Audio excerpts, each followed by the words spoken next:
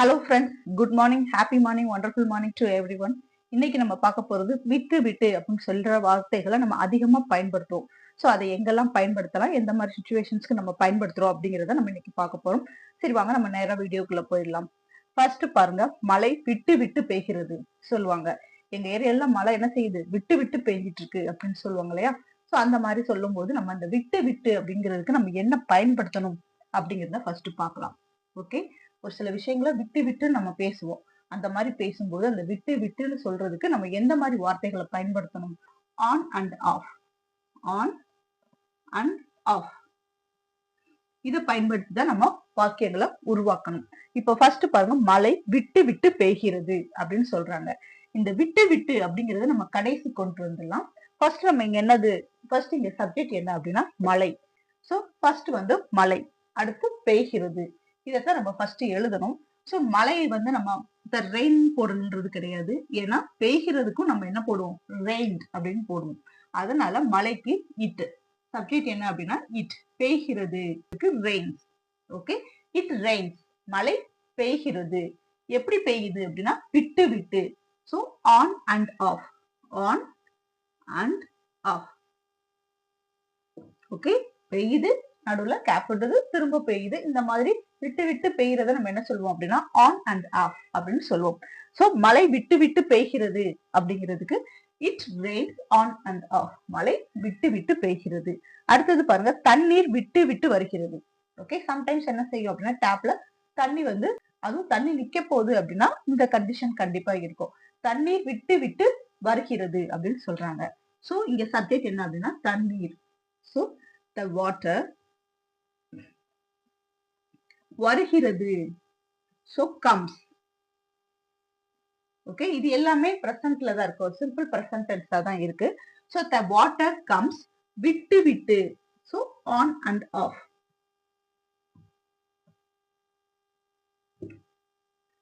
So the water comes on and off, தண்ணீர் விட்டு விட்டு வருகிறது. நெக்ஸ்ட் பாருங்க, விளக்கு விட்டு விட்டு எரிகிறது சொல்லுவாங்க. என்னோட லைட் என்ன இருக்குன்னா ஒரு மாதிரி விட்டு விட்டு எரியுது அப்படின்னு சொல்லுவாங்க இல்லையா? சோ அதுக்கு நம்ம இதை பயன்படுத்தலாம். ஃபர்ஸ்ட் விளக்கு, விளக்கு அப்படிங்கிறதுக்கு the light,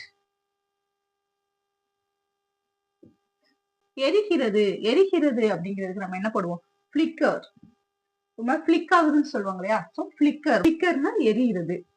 so light flicker. Subject வந்து சிங்குலரா இருக்கிறதுனால த லைட் ஃபிளிக்கர்ஸ் அப்படின்னு தான் எழுதணும். ஹீஷி இட்டுன்னு வந்தா வெப்போட நம்ம என்ன செய்வோம், எஸ் போட்டு எழுதுவோம். So the light flickers. So விளக்கு எரிகிறது, அது எப்படி எரியுது, விட்டு விட்டு. So on and off. Okay, next sentence பாருங்க, டிவி விட்டு விட்டு வருகிறது. இது வரும். ஓகே, 90s கிட்ஸா இருந்தா இது ரொம்ப தெரியும். என்ன அப்படின்னா அப்ப எல்லாம் ஆண்டனா இருக்கும், அதை கரெக்ட் பண்ணா அந்த சேனல் வந்து ஒரு மாதிரி விட்டு விட்டு வரும். அப்ப எல்லாம் 2-3 சேனல் தான் இருந்தது.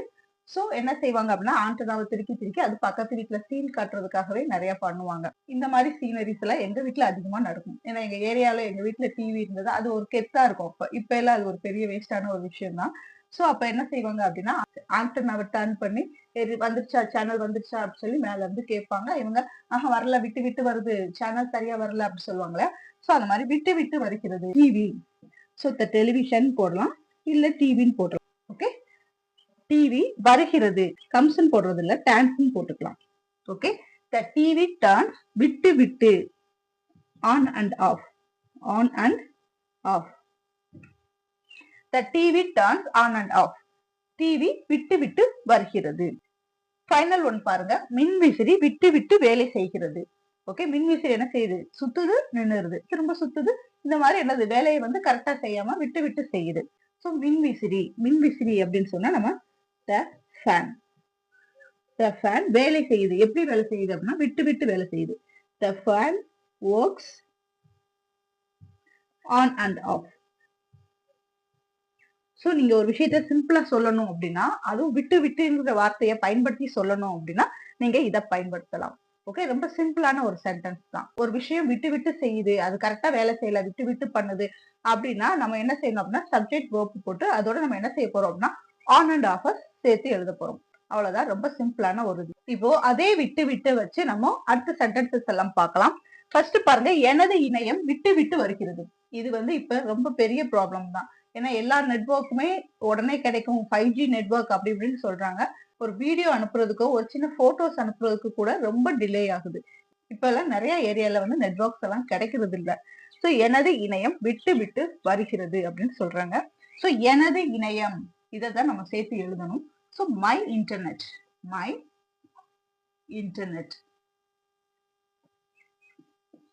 வருகிறது. வருகிறது அப்படிங்கிறதுக்கு நம்ம கம்ஸ் இந்த மாதிரி எல்லாம் போட வேண்டியது கிடையாது. சோ இஸ் நம்ம யூஸ் பண்ணிக்கலாம். பி வெர்ப் யூஸ் பண்ணி இந்த சென்டென்ஸை ஃபார்ம் பண்ணிக்கலாம். So my internet is on and of. On and of. எனது இணையம் விட்டு விட்டு வருகிறது. நெக்ஸ்ட் பாருங்க, அவன் விட்டு விட்டு இருமுகிறான். இங்க சப்ஜெக்ட் என்ன அப்படின்னா அவன். சோ அவன் சொல்லும் போது he. ஓகே, இருமுகிறான். இருமுகிறான் அப்படின்னா நம்ம என்ன சொல்லுவோம், காஃப். சோ இருமுகிறான் அப்படிங்கும்போது cough. Okay, he coughs on and off. on and off. அவன் விட்டு விட்டு இருமுகிறான். ஓகே, சோ அவன் இருமுகிறான் அப்படின்னு சொல்லும்போது he coughs அப்படின்னு சொல்லுவோம். சோ விட்டு விட்டு இருமுகிறான் அப்படின்னு சொல்லும்போது he coughs on and off அப்படின்னு சொல்லி சேர்த்து எழுதணும். நெக்ஸ்ட் பாருங்க, எனக்கு தலைவலி விட்டு விட்டு வருகிறது. போன் எல்லாம் அதிகமா யூஸ் பண்றதுனால அடிக்கடி என்னது தலை வலிக்கிற மாதிரியே இருக்கும். எனக்கு தலைவலி விட்டு விட்டு வருகிறது அப்படின்னு சொல்றாங்க. சோ எனக்கு, ஓகே, ரெண்டையும் சேர்த்து எழுதலாம்.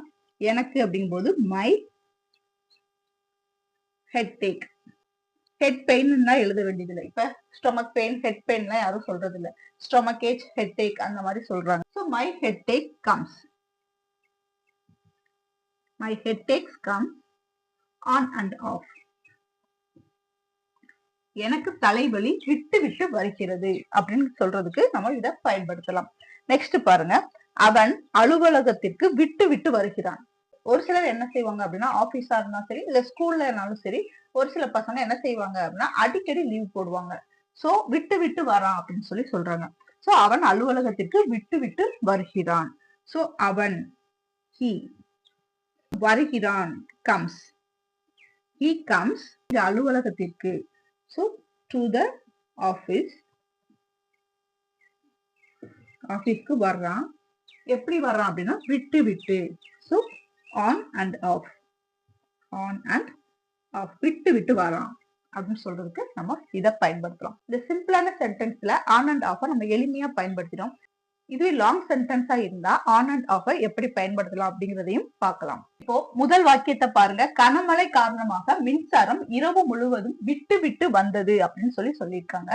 சோ எப்பவுமே இந்த ப்ராப்ளம் இருக்கும். ஏன்னா மழை பெய்யும் போது கரண்ட் என்ன செய்யும் அப்படின்னா விட்டு விட்டு வரும். சம்டைம்ஸ் ஹெவியா இருந்தா என்ன பண்ணிடுவாங்க, எல்லா கரண்ட்டையுமே என்ன செஞ்சிருவாங்க, கட் பண்ணிடுவாங்க. சோ கனமழை காரணமாக மின்சாரம் இரவு முழுவதும் விட்டு விட்டு வந்தது அப்படின்னு சொல்லியிருக்காங்க. சப்ஜெக்ட் என்ன அப்படின்னா மின்சாரம். மின்சாரம் தான் சப்ஜெக்ட். மின்சாரம் விட்டு விட்டு வந்தது. சோ இதத்தான் நம்ம ஃபர்ஸ்ட் எழுத போறோம். சோ மின்சாரம்னு சொல்லும் போது the electricity. வந்தது. வந்ததுன்னு சொல்லும் போது went. விட்டு விட்டு on and off. the electricity went on and off அப்படின்னு சொல்லும் போது எனது மின்சாரம் விட்டு விட்டு வந்தது. சோ அடுத்து நம்ம இங்க என்ன எழுதணும் அப்படின்னா இரவு முழுவதும். இதைத்தான் நம்ம அடுத்து சேர்த்து எழுத போறோம். சோ இரவு முழுவதும் அப்படின்னு சொல்லும் போது என்ன சொல்லுவோம் அப்படின்னா all the night. all the night. இரவு முழுவதும். இரவு முழுவதுமே என்ன, இரவு முழுவதுமே எப்படி இருந்தது அப்படின்னா மின்சாரம் விட்டு விட்டு வந்தது அப்படின்னு சொல்லியிருக்காங்க. சோ என்ன காரணத்தினால அப்படின்னா கனமழை காரணமாக. சோ கனமழை காரணமாக ஒரு விஷயத்துக்கு காரணம் நம்ம சொல்லும் போது என்ன யூஸ் பண்ணுவோம் அப்படின்னா because of heavy rain. Because of the heavy rain. கனமழை காரணமாக என்ன செஞ்சிச்சு அப்படின்னா எலக்ட்ரிசிட்டி விட்டு விட்டு வந்துச்சு. The electricity went on and off all the night because of the heavy rain. Next பாருங்க, பல வருடங்களாக அவள் ஆங்கிலம் விட்டு விட்டு படித்தாள். ஆனால் சமீபத்தில் தான் சுலபமாக பேச தொடங்கினாள். சோ பல வருடங்களா ஆங்கிலம் கத்துட்டு இருக்காங்க. சோ அதை ரெகுலரா கத்துக்காம விட்டு விட்டு கத்துருக்காங்க. சோ அதனாலதான் அவங்க என்ன பண்ணிருக்காங்க அப்படின்னா சமீபத்துலதான் ஆங்கிலத்தை பேச தொடங்கியிருக்காங்க அப்படின்னு சொல்றாங்க. இந்த வாக்கியங்களை நம்ம எப்படி யூஸ் பண்றது அப்படின்னு பார்த்தா ஃபர்ஸ்ட் நம்ம அவள். சோ சப்ஜெக்ட் என்ன அப்படின்னா அவள். she. அடுத்தது என்ன அப்படின்னா படித்தாள். அந்த செயலை நம்ம சொல்லணும். ஓகே, ஒரு பர்சனை நம்ம சொன்னோம் அப்படின்னா அடுத்து நம்ம செய்யற செயலை சொல்லணும். சோ அந்த செயல் என்ன அப்படின்னா படித்தாள். So she studied. படித்தாள்னு தான் சொல்லியிருக்காங்க. சோ இது வந்து பாஸ்ட்ல இருக்கு. Okay, she studied. என்ன படிச்சாங்க அப்படின்னா ஆங்கிலம். சோ அதை நம்ம நெக்ஸ்ட் எழுதிக்கலாம். ஆங்கிலம். So English.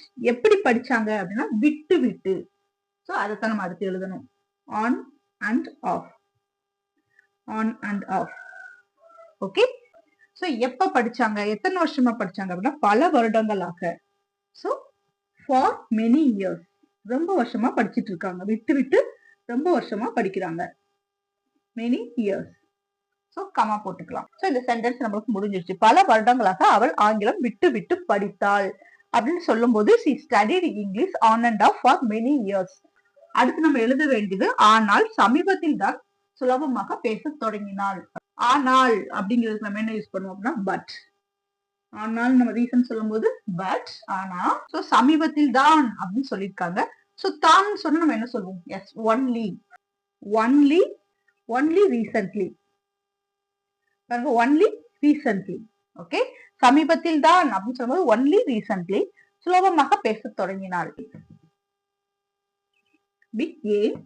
became fluent. Okay, became fluent. So but only recently became fluent. அவ இப்பதான் என்ன செஞ்சிருக்கா, பேச தொடங்கியிருக்கா அப்படின்னு சொல்லி சொல்றாங்க. சோ இந்த மாதிரி லாங் சென்டென்ஸா இருந்தாலும் நம்ம on and off யூஸ் பண்ணலாம். சோ ஆங்கிலத்தை பொறுத்தவரையும் if you want to speak in English fluently you must practice daily. So you don't spend many years. Keep practice regularly. Definitely you speak well from 6 to 10 months. Okay, இங்கிலீஷை பொறுத்தவரையும் நீங்க 6ல இருந்து 10 months கிட்டத்தட்ட 1 yearலயே உங்களால என்ன பண்ண முடியும் அப்படின்னா நல்லா பேச முடியும். பட் அது பிராக்டிஸ் வந்து ரொம்ப ரொம்ப முக்கியம். எந்த ஒரு விஷயத்துக்குமே கன்சிஸ்டன்சி இஸ் வெரி இம்பார்ட்டன்ட். ஏன்னா ஒரு ஸ்போர்ட்ஸா இருந்தாலும் சரி, ஒரு லாங்குவேஜ் கத்துக்கிறதா இருந்தாலும் சரி, இல்ல ஏதாவது ஒரு டேலண்ட்டை வளர்த்துக்கிறதா இருந்தாலும் அதுக்கு பிராக்டிஸ் ரொம்ப முக்கியம். நீங்க எவ்வளவு நேரம் பிராக்டிஸ் பண்றீங்க அப்படிங்கிறது முக்கியம் கிடையாது. பட் டெய்லி பிராக்டிஸ் எடுத்துக்கிறீங்களா அப்படிங்கிறது இங்க important. So today video is definitely useful to everyone. Do you like this video? Please click on like button, share it with your friends and family, subscribe for upcoming videos. Thank you for watching. See you on next video. Keep watching, keep practicing and keep smiling.